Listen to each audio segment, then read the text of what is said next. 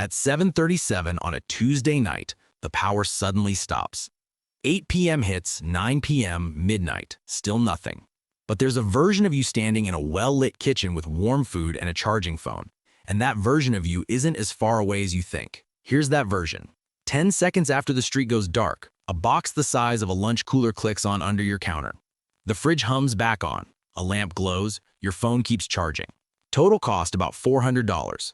That whole plan fits on one free cheat sheet. Every appliance and its real power draw at sketchysurvival101.com/free. No email, no catch. Grab it now and follow along, because it makes every number in this video obvious. The difference between your lit kitchen and your neighbor's dark one comes down to a single number, and it's never once shown up on a backup power quote. So let's go find it, starting inside your own refrigerator. Go open your fridge and find the sticker inside the door frame. It lists a few hundred watts, and that sticker has scared more people into $12,000 purchases than any salesman ever did. It shows what the compressor pulls while it runs.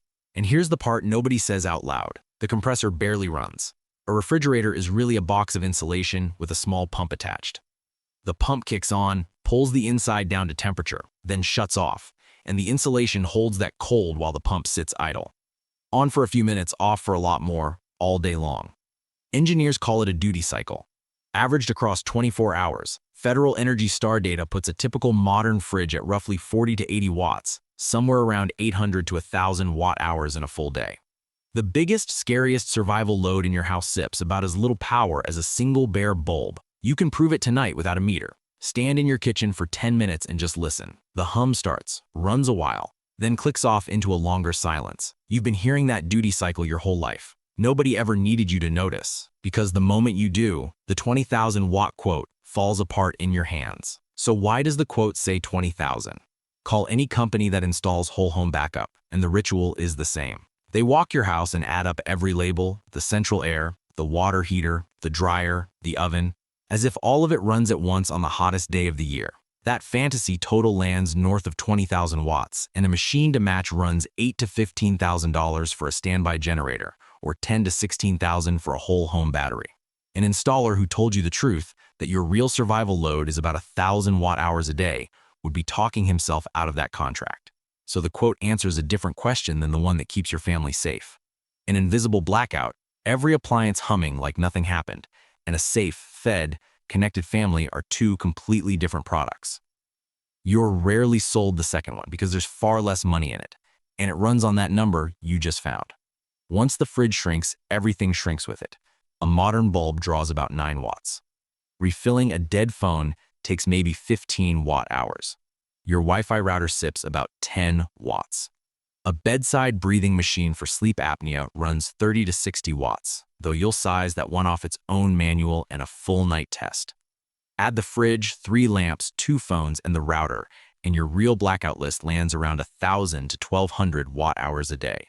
The quote was built for 20,000. Your actual survival draw is a rounding error on that sheet. Now it's hour 30, and the gap is showing. The cheaper answer most people reach for is a portable gas generator, and one is roaring in your neighbor's driveway, drinking gallons of fuel a day, while the gas stations for miles can't pump a drop. Someone else is packing a cooler with the last bag of ice in town, losing a slow race against warm milk. Meanwhile, your fridge just hums along on its 40 to 80 watts, and the blackout hasn't changed a single number inside your kitchen. But a fair question is hanging over the whole thing. What happens when the box runs dry? So what actually covers 1,000 watt-hours a day? A box you can carry in one hand. It's called a portable power station, and the ones worth owning run on lithium iron phosphate cells, a battery chemistry that shrugs off around 3,000 charge cycles and is far harder to overheat than the battery in your phone.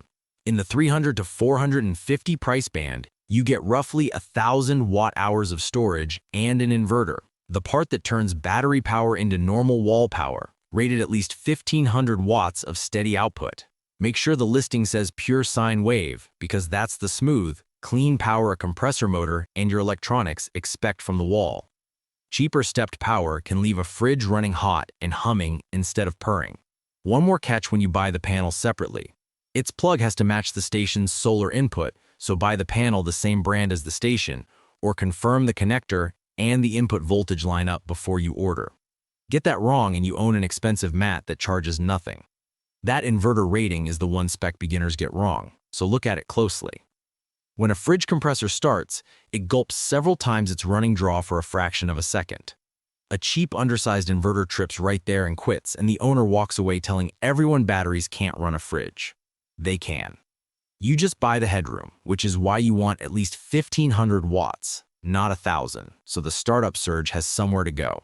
But a battery alone is a countdown clock. 1,000 watt-hours against 1,000 watt-hour daily load buys you the better part of a day, and a real outage can last 3, so you make the battery refill itself. Add one folding solar panel, 200 watts, about 100 to 150. Now run the math, the industry never runs for you. The National Renewable Energy Laboratory maps most of the country at 4 to 5 peak sun hours a day, closer to 4 up north, and less than that in deep winter. 200 watts of panel times 5 peak sun hours is 1,000 watt-hours on paper. Call it around 800 once you take out the real-world losses, the heat, the imperfect angle, the wiring, the conversion. Your survival load is about 1,000 to 1,200 watt-hours a day. So the panel doesn't quite cover a full day on its own, and it isn't supposed to. On a sunny day, it gives back most of what you spent, and the battery bridges the rest. On a gray day, you shed load, and the fridge is the only thing still drawing. Many of these stations can charge and run the fridge at the same time, so check the listing says it does that. Here's the honest version. With no sun at all, a full station runs your fridge for roughly a day. Add the panel, and each sunny afternoon puts most of that day back. So instead of your battery sliding to 0 and staying there, it holds for as long as the sun keeps showing up. That's the whole trick. You stop draining a fixed tank and you start refilling a smaller one every morning. And the loads you're carrying aren't just the fridge. One lamp in the living room turns a frightening night into a normal one, especially for your kids. A charged phone means you know when the crews say the power's coming back, and your family knows you're fine. And when the whole street is black, one warm glowing window does something for the people inside that no generator brochure has a line item for. It says somebody in this house saw it coming. A generator is a bonfire. It roars, it'll run anything you throw at it, and it's always hungry. And the moment the last gallon goes in, it's cold iron in the dark, with the fuel to feed it stranded behind a dead pump across town. This box isn't a bonfire. It's a well. It gives modestly. But every morning the sky refills it, and nobody's ever sold out of sky. Now the honest fine print, because 2 objections are left, and they deserve straight answers. First, clouds. A gray day might cut that harvest in half, and a December day up north can do worse. 2 answers. The battery buffers a bad day, that's its whole job. And in a real emergency, you shed load. The fridge stays, everything else waits. The fridge is also more forgiving than you think. Federal food safety guidance gives an unopened refrigerator about 4 hours of safe cold with no power at all, and a full freezer holds its temperature for about 48 hours, a half-full one about 24. So even half a harvest keeps you ahead if you keep the doors shut. Because you're not rebuilding the cold from scratch, you're only topping up what the insulation is already holding. Keep a cheap thermometer inside the fridge and let the temperature make the call, not the clock. Under 40 degrees your food is fine, and you only spend power when the reading climbs. That chest freezer full of meat is its own 1,000 watt-hour load, so treat it as a second station if you want it powered, or let its 48 hours of passive cold ride while the fridge takes the power. Second, no, this box won't run your central air conditioner, your electric furnace, or your dryer, and I won't pretend otherwise. That's exactly the trade. The expensive systems sell you comfort, the whole house humming like nothing happened. The 400 box covers the part that keeps food safe, phones alive, cold medicine cold, a breathing machine breathing if you size the station for it, and one room lit. That's the part that was never optional, the comfort you can add later. So here's the whole build, out in the open. 1 lithium iron phosphate power station, around 1,000 watt-hours, with an inverter rated at least 1,500 watts, 300 to 450. 1 folding 200-watt solar panel, 100 to 150. 1 grounded, heavy-duty extension cord to reach the fridge, rated well above its draw, not a thin indoor cord. All in 400 to 600, and the whole kit weighs about as much as a packed cooler and lives on a closet shelf. No permit, no installer, no fuel, no waiting list, no rep with a clipboard. Then run the drill before you ever need it. Charge the station full, plug your actual fridge into it tonight, and watch the percentage over 24 hours. That single test measures your real duty cycle better than any spreadsheet, and it tells you exactly how many hours you really have. Watch for a drop of roughly 30 to 40% overnight. That's a healthy fridge, and it means a 1,000-watt-hour station carries it through the dark with room to spare. If it drops a lot more, your fridge runs hot or old, and that's your cue to size the station up. A wall charge on these fills in 1 to 2 hours, so the moment a storm shows up in the forecast, top it back to full, and learn your battery's cold limit, because many lithium iron phosphate stations refuse to charge below freezing unless they have built-in heating. In a winter outage, that means you keep the station indoors where it's warm, and you run only the panel's cable out into the cold. Top the battery up every couple of months, keep the panel somewhere you can grab it, and when the day comes, set that panel outside in direct sun, not behind a window, because ordinary glass quietly eats a slice of your harvest. Reposition it a couple of times through the day to keep it square to the light and sweep the snow off in winter, since a shaded or buried panel is just an expensive tray. And respect the one hard safety rule. Power your appliances by cord, straight from the station.